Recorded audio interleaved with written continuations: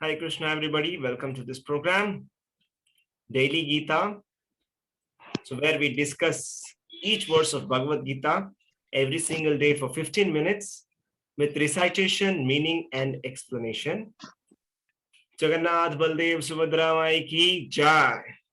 Jai Nithai Chaitanya. Padsatva ki Jai. Giri Govardhan ki Jai. Parshram Bhagwan ki Jai. Vamandev ki Jai. Srila Prabhupada ki Jai. Let us start with prayers like every day. Om Ajnanatimidandhasya Jnananjana Shalakaya Chakshurunmilitam Yena Tasmai Shri Gurave Namaha.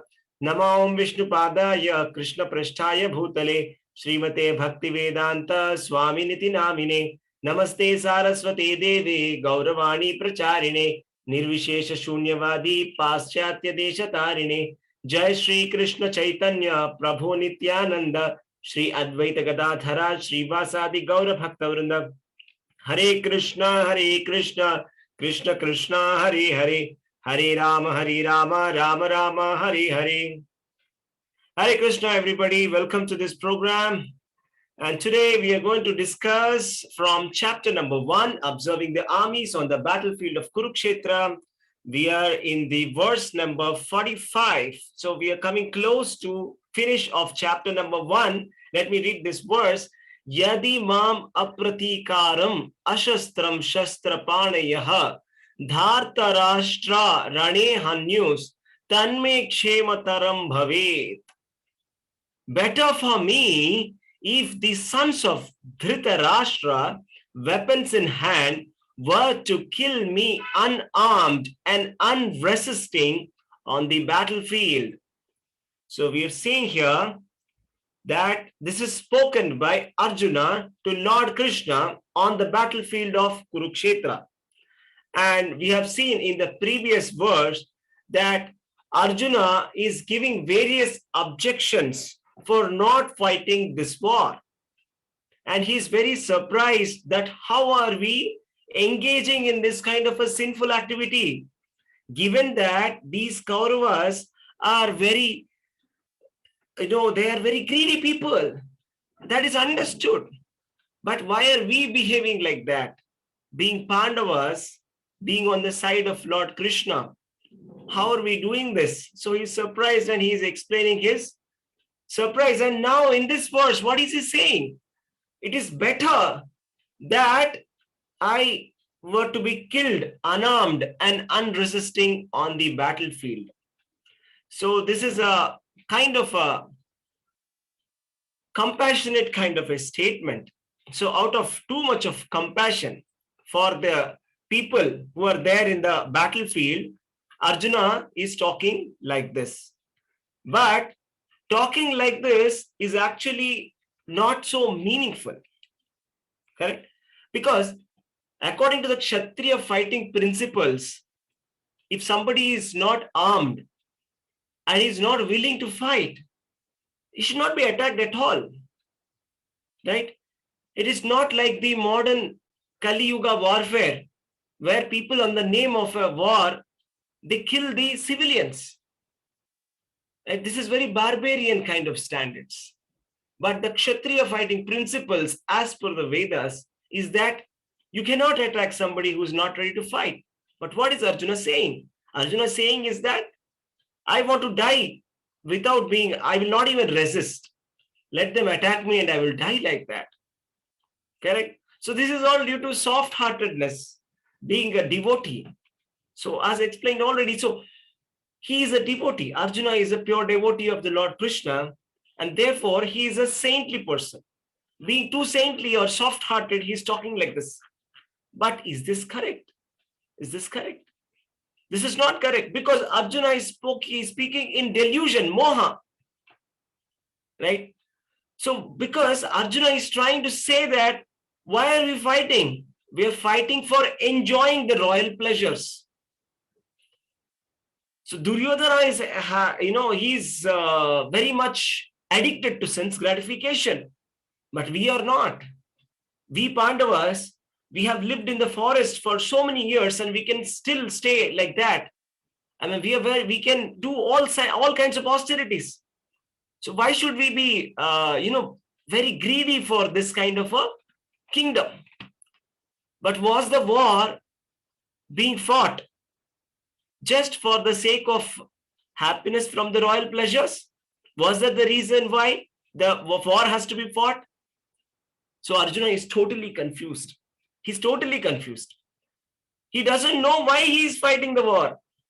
So basically that means that he forgot his role as Kshatriya. He doesn't have a role clarity. He doesn't know what is he doing. Why is he there in that Kurukshetra? He forgot everything.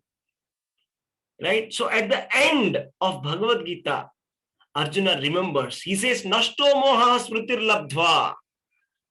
Now my delusion is clear and I have regained my memory. What does that mean? That means in the beginning, he was deluded and he lost his memory. What was his memory and what was his delusion? What was the cause for this delusion? Cause for delusion is intense attachment. It all starts with attachment. In the beginning, we become attached with sense objects. It could be people also. We get attached to them so much so that, it turns into a kind of a lusty desire. It turns into a desire. So, and then when that desire is not fulfilled, it turns into anger. And from anger comes delusion. Anger turns into delusion.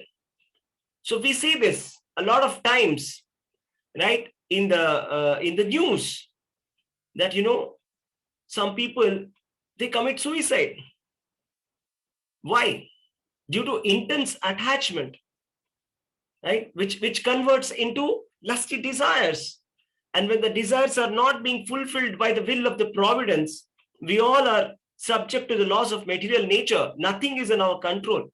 Anything can happen to anybody. So in that situation, when I don't get what I want, which I'm very much attached to, or if I lose that thing or person who I'm very attached to, then I will become angry. If I don't check my anger, I'll go into illusion, delusion. And then what will happen? Pranashyati. I'll be completely lost. So it is so important that we have to understand that this war has to be fought, not for personal enjoyment, but for performing one's prescribed duties. So this is the knowledge of Bhagavad Gita that everybody should try to understand, that we must perform our prescribed duties as per the varnashrama dharma as given in the Vedas. So we must know what is my duty and what is not my duty. Why should I perform a prescribed duty? Somebody can ask. Now, if you join an office, won't you ask your boss, what is my role? What am I supposed to do? What am I not supposed to do? This is the basic question that we ask in the office. If you're joining as in a one role and you're doing the role of another department, of another person, will the management be pleased with you? So just like that, all of us have prescribed duties as per our varnas and ashramas. And as far as Arjuna is concerned, he is a kshatriya. He must know that his duty is to fight the war.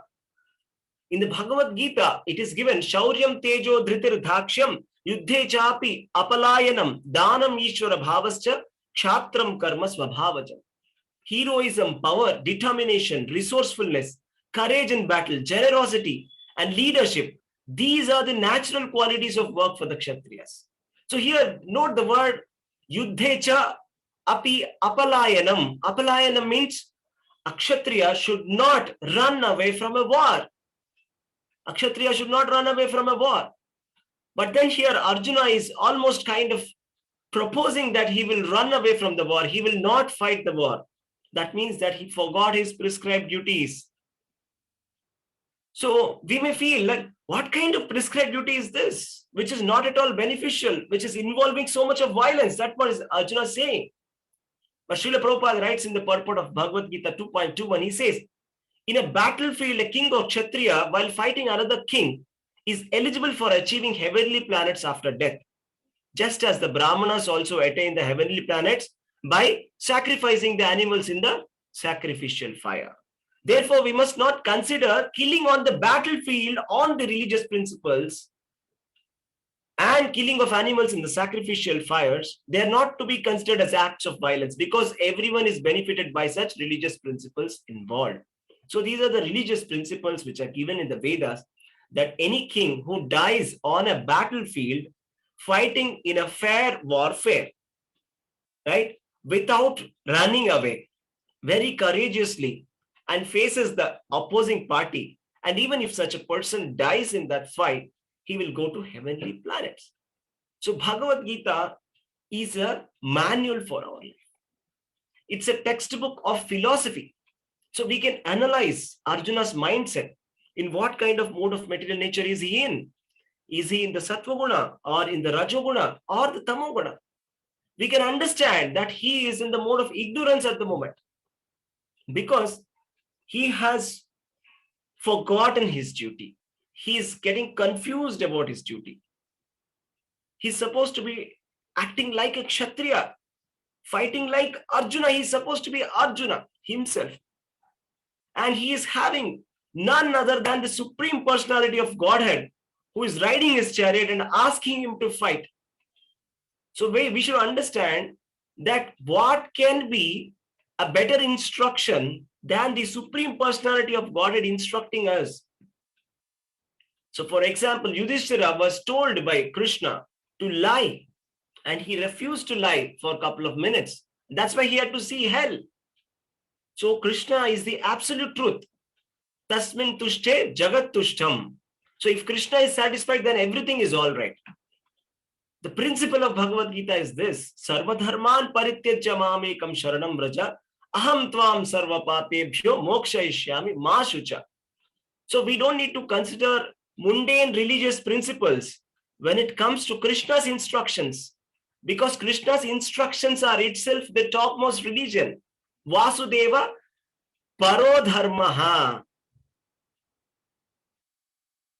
Right? So that means the supreme occupational duty for any human being is to perform devotional service to Supreme Personality of Godhead. This is the topmost occupational duty in our life. We have to understand that. So everything else in our life is secondary priority. First priority is Krishna. If I must have attachment to anybody, it must be only with Krishna. And my duty must be, I will follow the instructions of Krishna. That's what Arjuna says at the end. Karishye vachanam tava. So this is how we can make our life perfect. I'll tell you one more story with respect to this point about not fighting. We see a similar situation when Karna was fighting with Arjuna. His wheel got stuck, chariot wheel gets stuck inside the mud, and he's trying to pull it out. And at the same time, he's fighting with Arjuna. So at that point of time, Krishna orders Arjuna, kill him. And Arjuna, without thinking twice, he sends the arrows and sends Karna to the abode of Yama. So this is the process of understanding the Krishna consciousness means to follow the instructions of Krishna. Karishye vachanam tava. So all while we are trying yes to Maya. So Maya is there sitting within us, and Paramatma is also there within us.